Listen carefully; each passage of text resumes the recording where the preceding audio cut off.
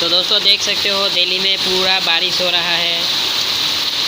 बच्चे लोग हाथ में चप्पल ले लेके दौड़ रहा है। आप देख सकते हो कैसा परिस्थिति हो गया है ये दिल्ली में। तो यहाँ से आप देखिए जो बरसात का पानी 5 मिनट का बरसात में इतना पानी हो गया।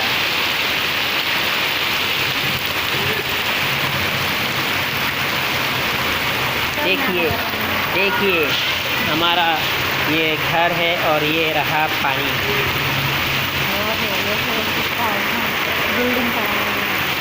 देखिए कितना बरसात का पानी हो चुका है यहाँ पे, नदी हो गया है।